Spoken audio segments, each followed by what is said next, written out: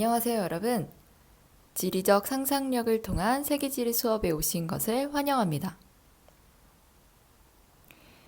우리 지난 시간에는 세계의 종교에 대해서 함께 학습을 해보았었는데요. 이번 영상에서부터는 세계 인구 변천과 인구의 이주가 어떻게 나타나는지 함께 학습해보는 시간을 가져보도록 하겠습니다.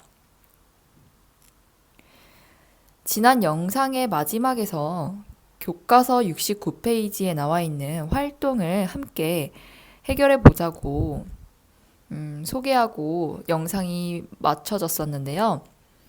이 종교의 경관과 4대 종교의 상징을 나타내는 이 활동을 우리 기말고사가 끝난 후에 함께 해보는 것으로 하고 이번 영상에서는 함께 하지 않겠습니다. 바로 세계 인구의 변천 들어가 보도록 하겠습니다. 새로 올려놓은 학습 노트를 준비해 주시고요. 교과서는 70페이지 세계 인구 변천과 인구 이주를 준비해 주시면 되겠습니다.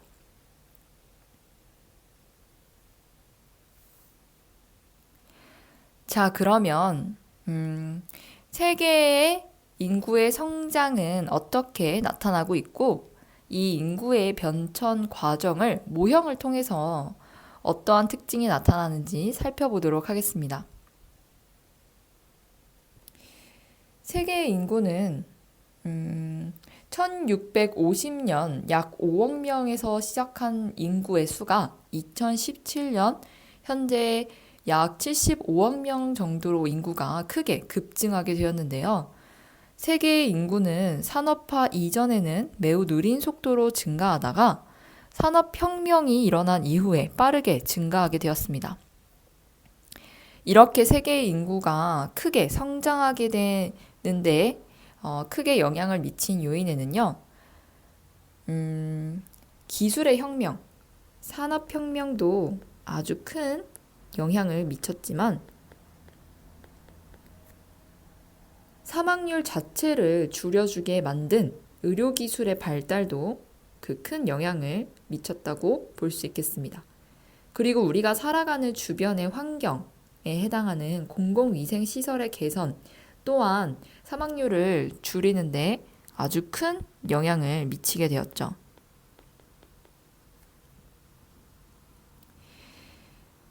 그리고 경제가 발전함에 따라서 사람들이 돈을 벌고 생산하는 능력이 증가하게 되면서 생활 수준 또한 향상되게 되었고요. 생활 수준이 향상됨에 따라서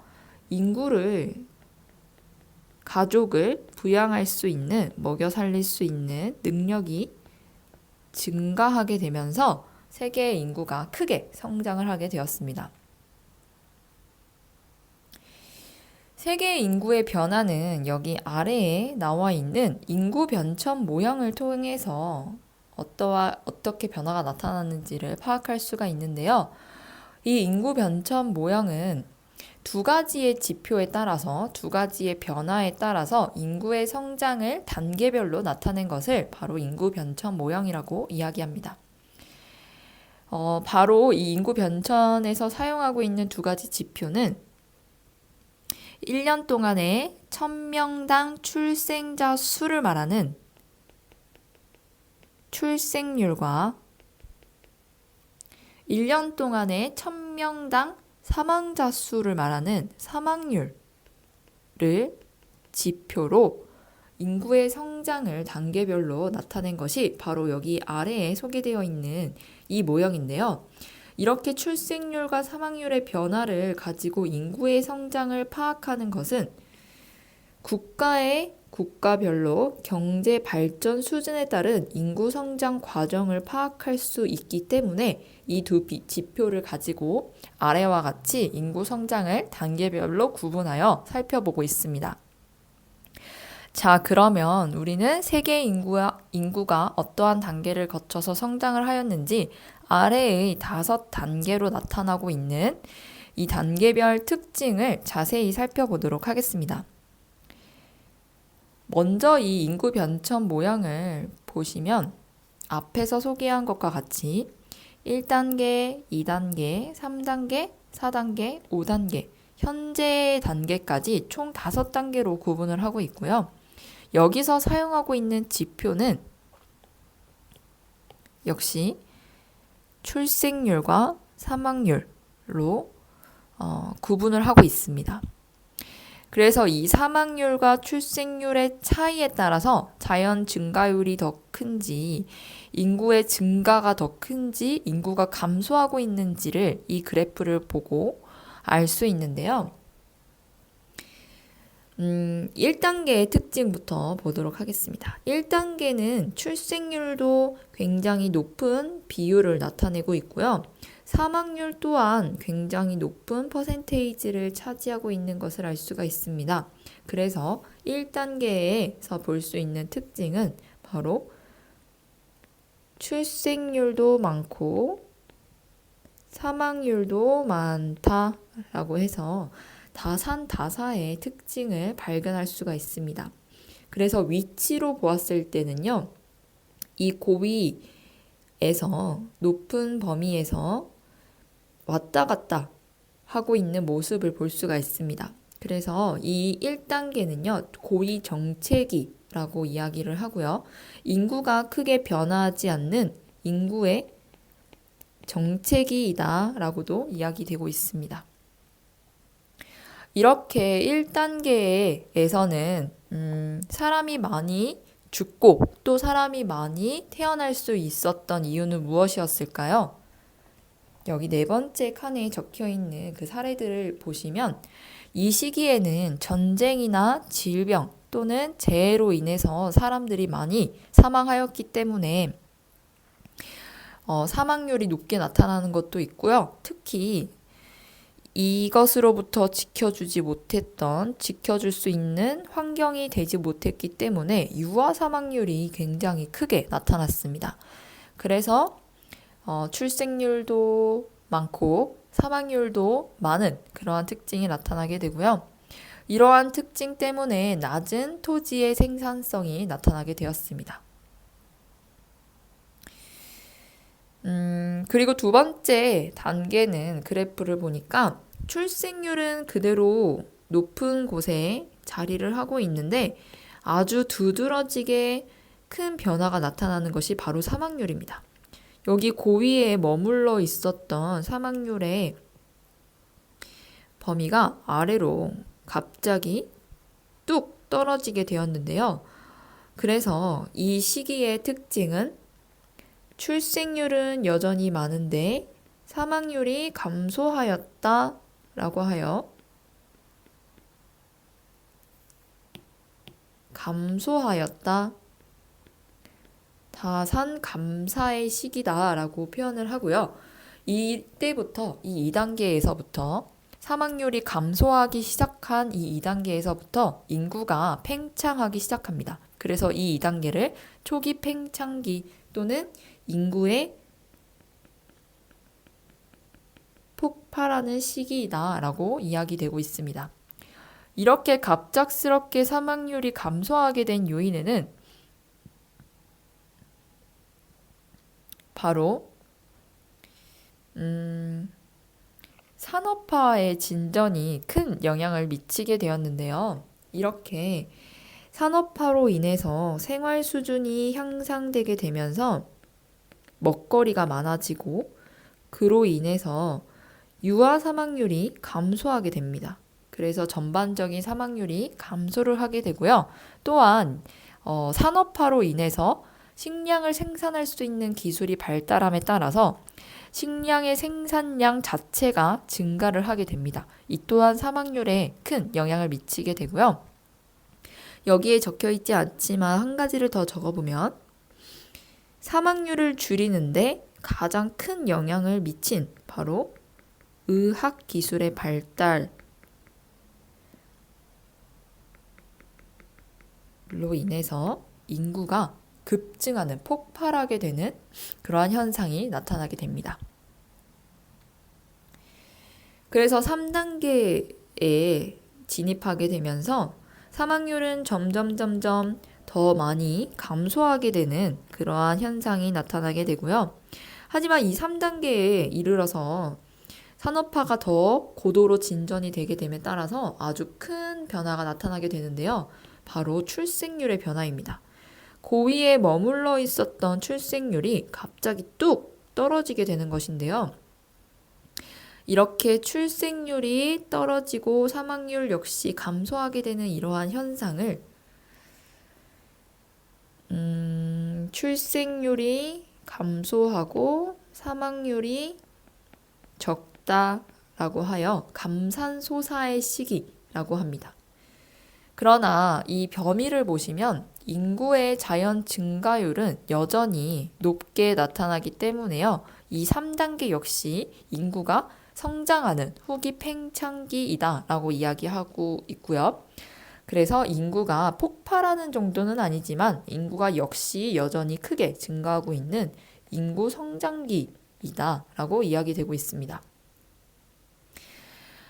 이렇게 출생률을 감소시키게 된 요인에는 어떠한 요인이 있을까요? 먼저 3단계에 이르러서는요. 가족 계획을 실시를 하게 되었는데요.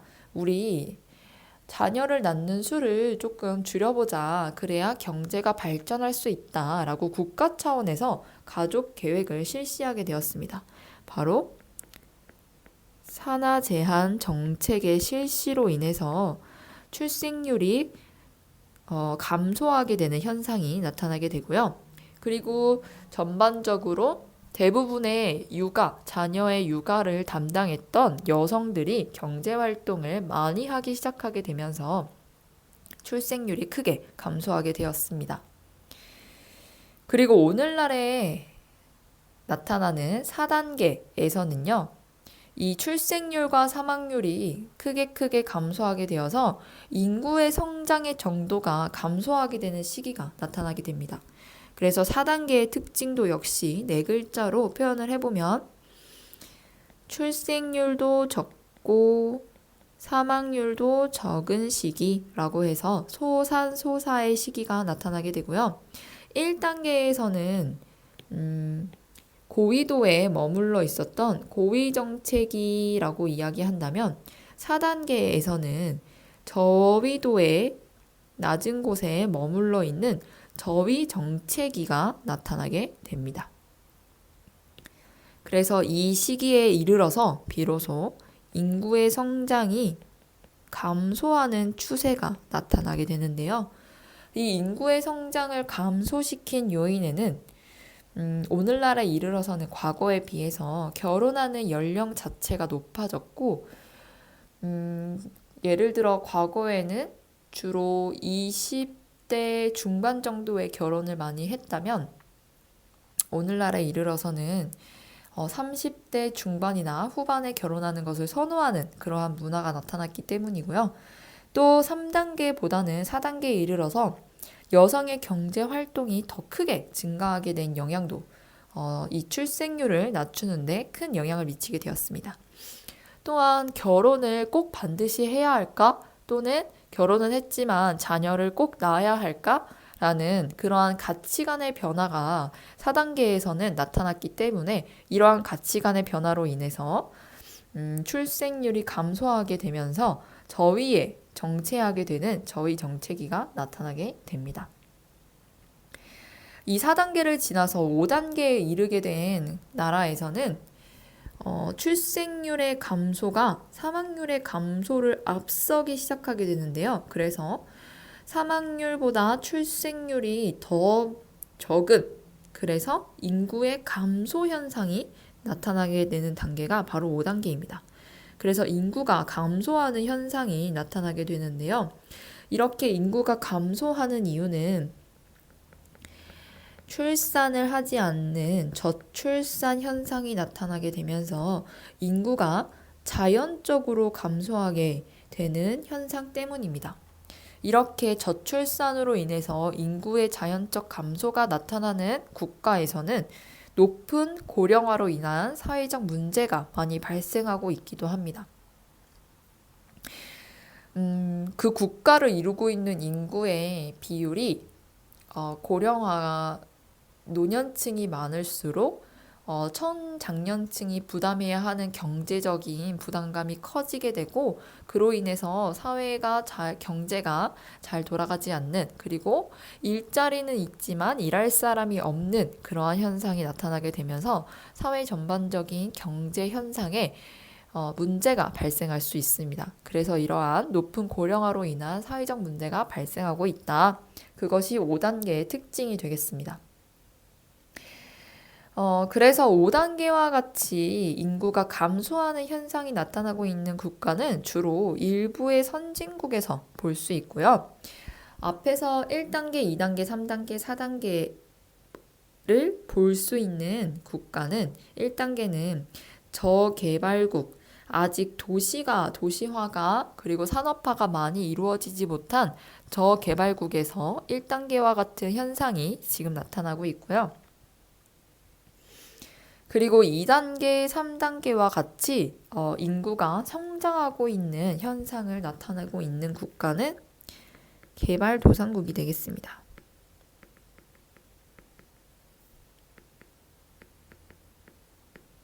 우리나라의 경우는 1970년대에서 1980년대 후반 정도에 나타나는 단계가 바로 2단계, 3단계이고요. 그리고 1990년대에 들어서면서부터 4단계의 모습이 나타나기 시작합니다. 4단계와 같이 높은 결혼 연령이 나타나고 여성의 경제 활동의 증가로 인해서 인구의 성장이 감소하게 되는 국가는 대부분의 나라는 선진국에서 볼 수 있는 현상이 되겠습니다.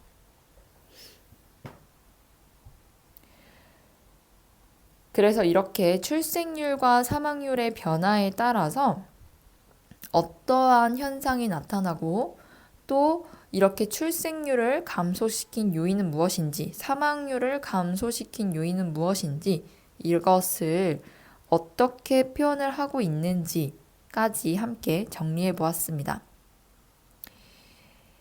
다음으로 뒷장으로 넘겨서요. 개발도상국과 선진국의 인구 구조와 인구 문제를 특징을 살펴보도록 하겠습니다. 인구 구조는 이러한 그래프로 표현이 되어지고 있는데요. 이 인구 피라미드라고 하는 이러한 그래프는 인구의 성별, 연령별 분포를 나타낸 도표를 이야기합니다. 성별과 연령을 통해서 나타내는 도표를 인구 피라미드라고 이야기를 하는데요. 이 인구 피라미드의 모양이 어떻게 나타나는지를 가지고 그 국가는 현재 어떠한 사회적 현상이 나타나는지, 어떠한 경제적 현상이 나타나는지를 유추할 수 있습니다. 그리고 어떤 지역의 인구 성장, 그리고 인구 변천의 역사적 과정을 이 인구 피라미드를 통해서 발견할 수 있기 때문에 그 지역의 사회적 특성과 추세를 파악하는데 굉장히 유용하게 활용되는 도표라고 이야기할 수 있겠습니다. 이 그래프를 보기 전에요. 우리 교과서 70페이지에 나와 있는 그래프를 먼저 살펴보도록 하겠습니다. 이 자료 1번과 여러분들 교과서 71페이지에 나와 있는 자료 6번이 같은 것을 표현하고 있다고도 이야기할 수 있을 것 같은데요. 개발도상국과 선진국의 출생률과 사망률의 변화를 나타내고 있습니다. 니제르의 출생률과 사망률을 보시면 출생률이 60%에 임박할 정도로 굉장히 높게 오늘날의 2015년도 지표를 보시면 오늘날에는 조금 떨어졌지만 그래도 출생률이 50% 정도로 나타나는 것을 알 수가 있고요. 니제르의 사망률을 보시면 사망률도 역시 오늘날 과거에는 30% 정도 나타났지만 오늘날에는 10% 정도로 감소하고 있는 것을 알 수 있습니다. 그런데 출생률에서 사망률을 빼면 그것이 곧 인구 성장률이라고 볼 수 있으니까 니제르는 이만큼의 인구가 여전히 성장하고 있다는 것을 알 수가 있습니다. 그래서 니제르는 높은 출생률로 인해서 인구의 자연 증가율이 높게 나타나는 것을 알 수가 있고요. 반면에 선진국으로 대표되는 독일의 출생률과 사망률을 보시면 출생률이 과거에는 높았지만 오늘날에는 출생률이 사망률보다도 더 적게 나타나는 저출산의 현상이 나타나는 것을 알 수가 있습니다. 그래서 5단계에 해당하는 인구 변천 모형에서도 5단계에 해당하는 인구의 감소 현상이 나타나고 있다는 것을 알 수가 있습니다. 이러한 현상을 다시 인구 피라미드를 통해서 살펴보도록 하겠습니다. 학습 노트의 2번째 페이지를 보시면 이 니제르와 독일의 인구 피라미드가 소개가 되고 있는데요. 니제르를 먼저 볼까요?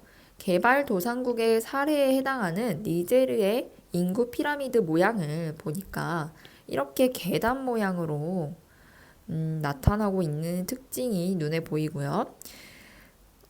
유소년층에 해당하는 이만큼의 인구가 남녀 할 것 없이 굉장히 많이 분포하고 있는 것을 알 수 있습니다.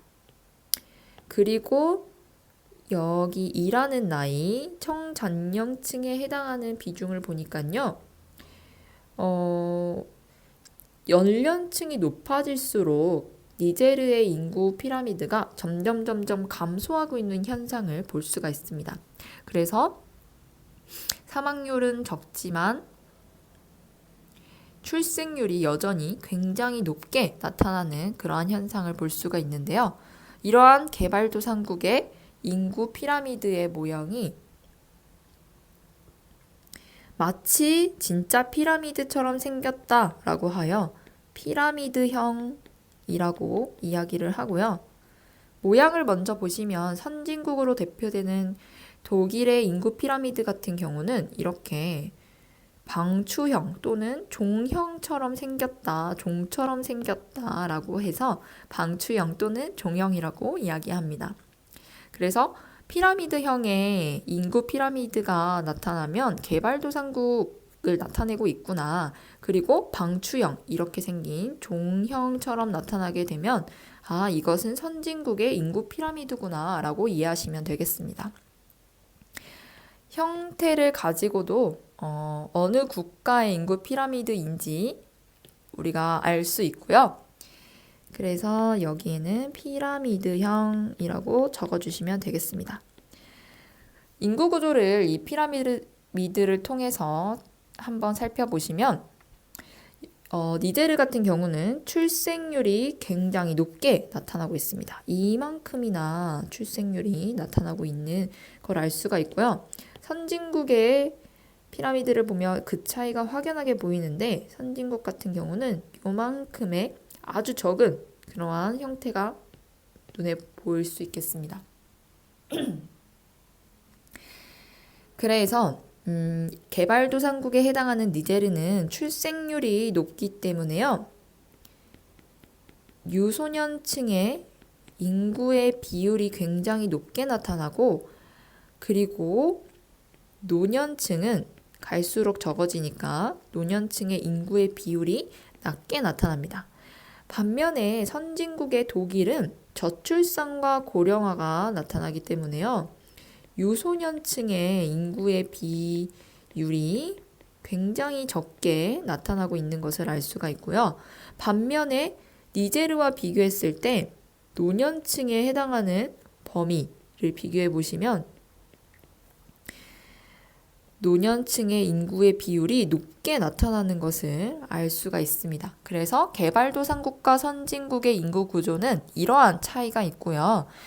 유소년을 부양하는 정도, 노년을 일하는 사람들이 부양하는 정도, 그리고 노년의 인구가 전체 인구 비중 중에서 얼마나 많이 차지하고 있는지를 나타내는 노령화 지수를 각각 비교해보면 개발도상국 같은 경우는 전체 인구 중에서 유소년 부양비가 차지하는 비중이 크기 때문에 이 유소년 부양비가 높게 나타나고요. 반면에 노년층에 해당하는 비중은 적게 나타납니다. 그래서 노년의 부양비는 낮게 나타나게 되고요.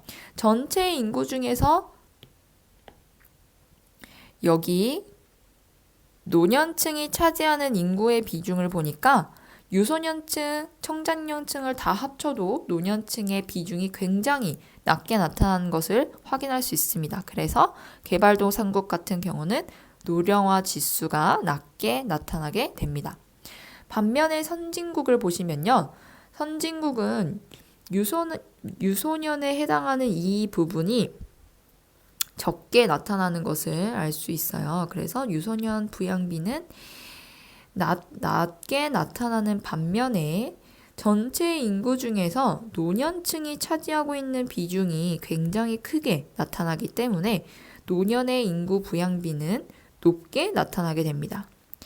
그리고 전체 인구의 비중을 이렇게 나눠보면 이 전체 인구 중에서 노년층에 해당하는 인구의 비중이 크게 나타난다는 것을 알 수 있죠. 그래서 노령화 지수는 상대적으로 높게 나타나는 인구 구조의 특징이 발견되어지고 있습니다. 이렇게 출생률과 사망률의 변화, 그리고 인구 피라미드, 인구 구조를 통해서 개발도상국과 선진국의 인구 구조와 특성을 함께 살펴보는 시간을 가져보았습니다. 오늘은 여기까지 함께 학습해 보는 걸로 마무리하고요. 다음 시간에 이어서 여기 아래에 나와 있는 인구구조 특성을 나타내는데 주로 많이 사용하는 지리적 개념을 함께 살펴보는 시간을 가져보도록 하겠습니다.